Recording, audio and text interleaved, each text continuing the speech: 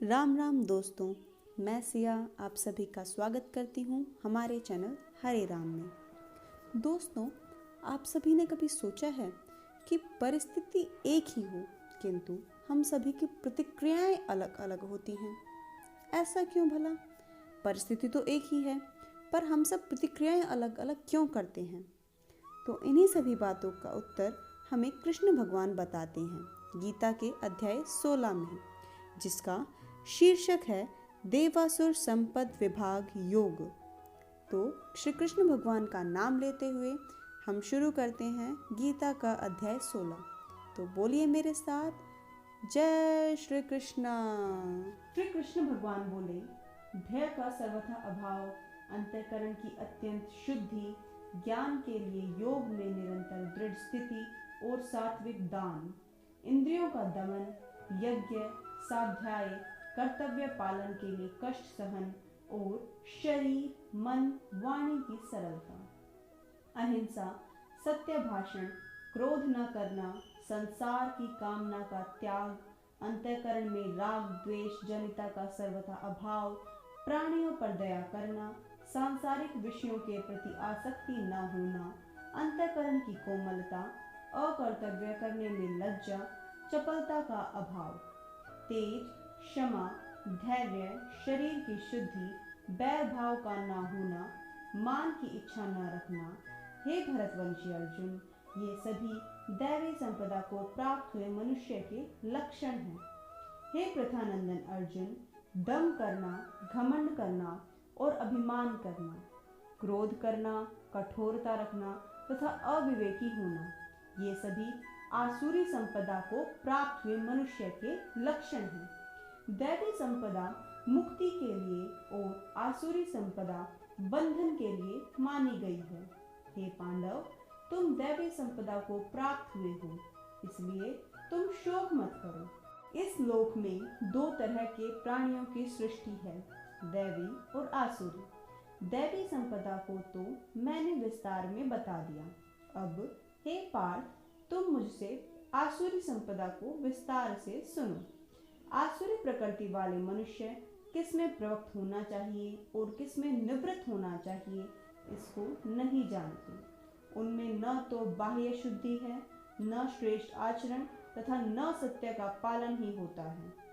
आसुरी प्रकृति वाले मनुष्य कहा करते हैं कि संसार असत्य, बिना मर्यादा के और बिना ईश्वर के अपने आप केवल स्त्री पुरुष के संभोग से उत्पन्न हुआ है, इसलिए काम ही इसका कारण है। इसके अलावा और क्या कारण है?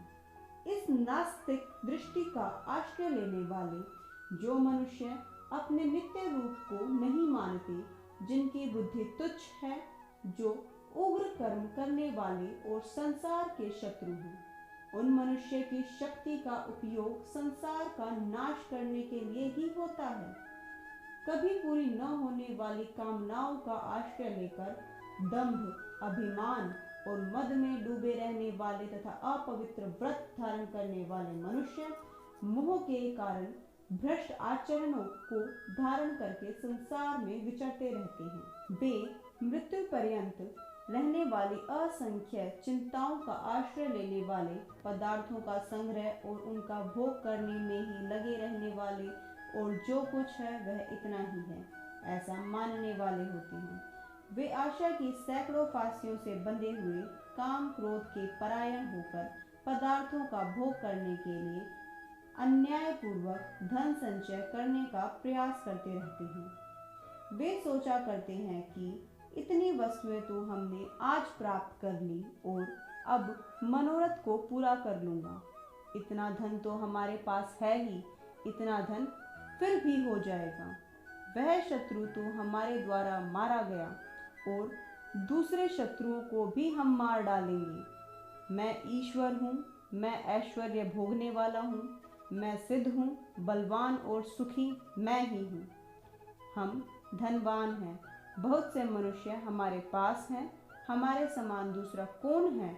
मैं बहुत यज्ञ करूँगा, दान दक्षिणा दूंगा और मौज करूँगा।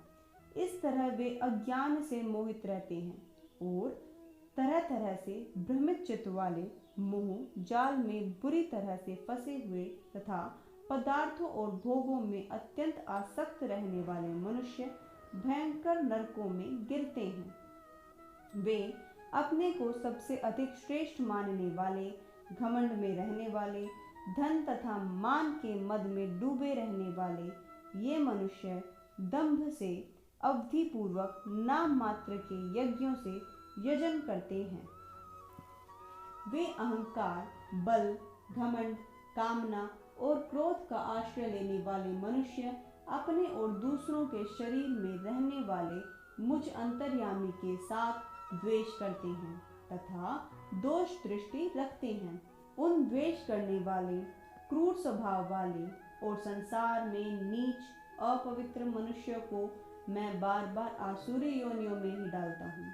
हे कुंती नंदन, वे मूढ़ मनुष्य मुझे प्राप्त ना होकर ही जन्म जन्मांतर में आसुरी योनि को प्राप्त करते हैं, फिर उससे भी अधिक अधम गति को यानी घोर नरक में चले जाते हैं। काम, क्रोध तथा लोभ ये 3 तरह के नरक के दरवाजे जीवात्मा का पतन करने वाले हैं, इसलिए इन तीनों का त्याग कर देना अच्छा है। हे कुंती नंदन, इन नरक के तीनों दरवाजों से मुक्त हुआ जो मनुष्य अपने कल्याण का आचरण करता है वह उससे परम गति यानी मुझको प्राप्त हो जाता है। जो मनुष्य शास्त्र द्वारा बताई विधि को छोड़कर अपनी इच्छा से मन माना आचरण करता है वह न सिद्धि को, न सुख को और न परम गति को ही प्राप्त होता है।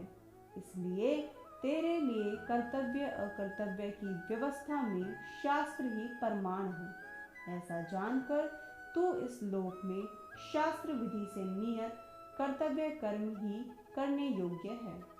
इसी के साथ 16वां अध्याय समाप्त होता है। तो मिलते हैं अगले एपिसोड में एक नए अध्याय के साथ। तब तक के लिए आप सभी को मेरी राम राम।